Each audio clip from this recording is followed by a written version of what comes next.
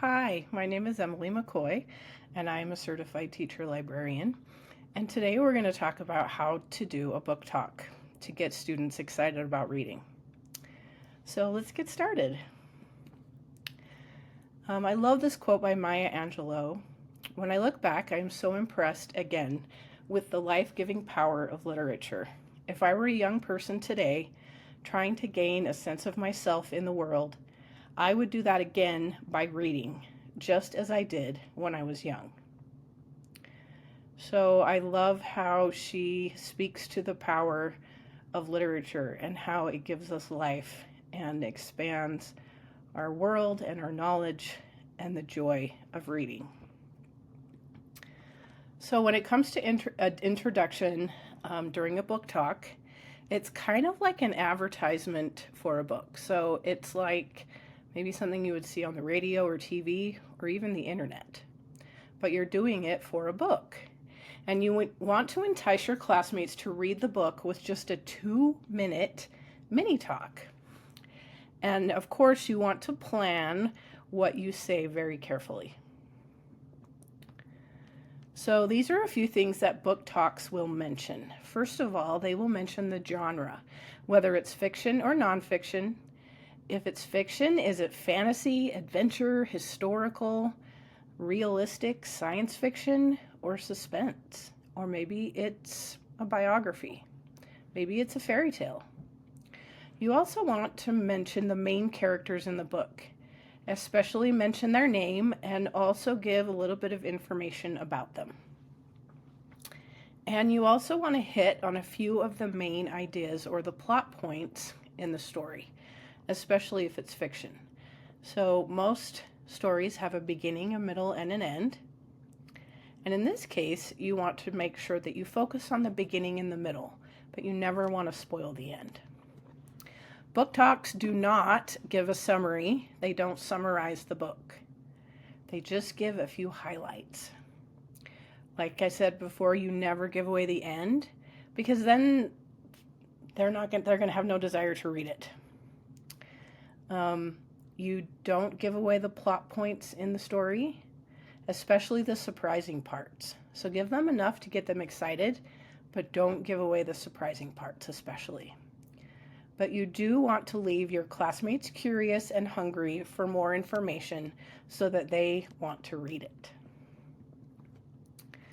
And of course, you want to highlight the author's writing style. And one of the ways you can do that is to choose a sample sentence or two to share.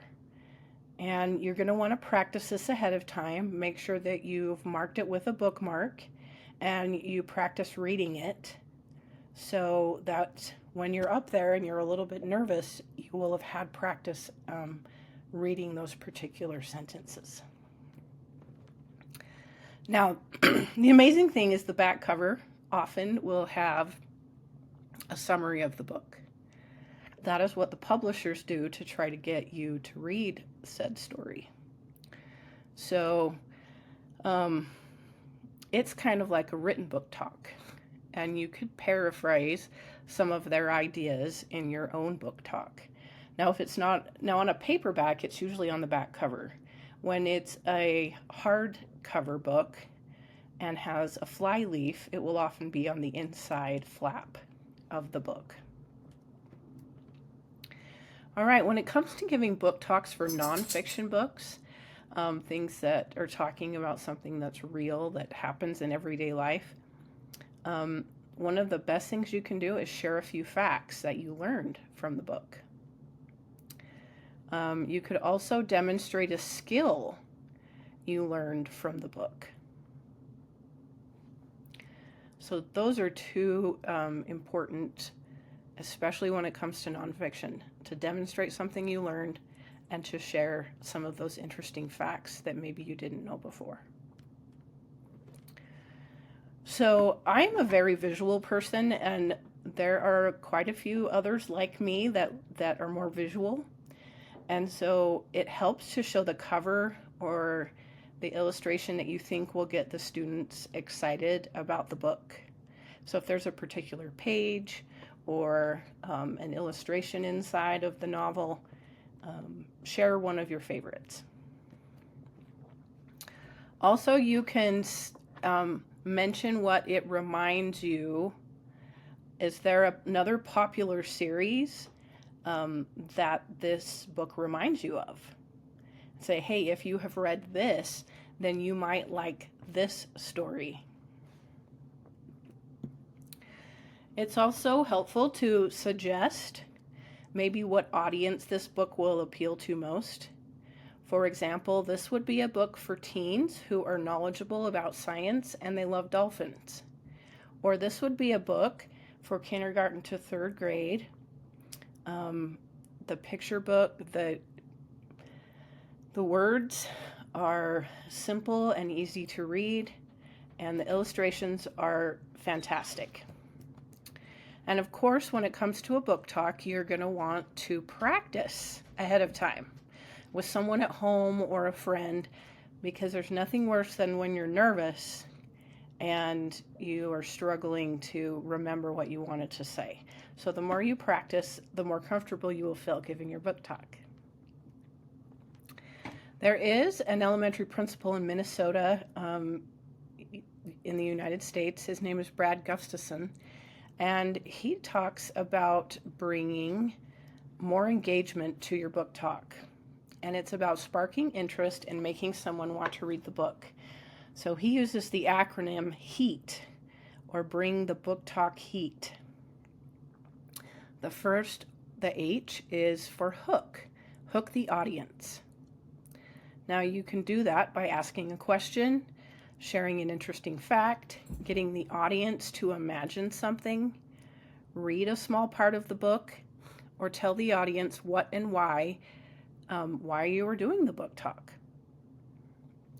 E stands for energy. You want to say it loud and proud, and you want to have fun, of course. So how can you connect with your audience?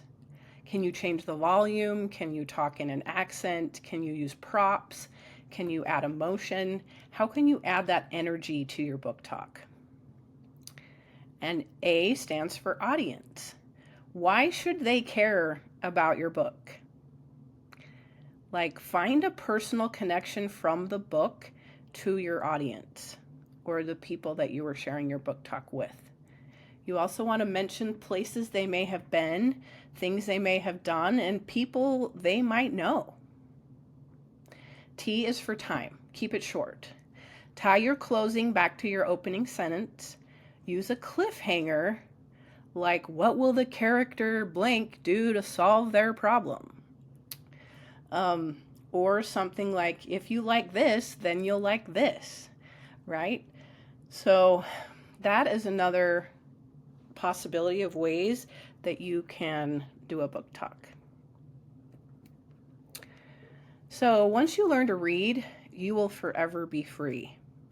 I love this quote by Frederick Douglass because it is truly absolutely correct that as soon as you can read, you will forever be free.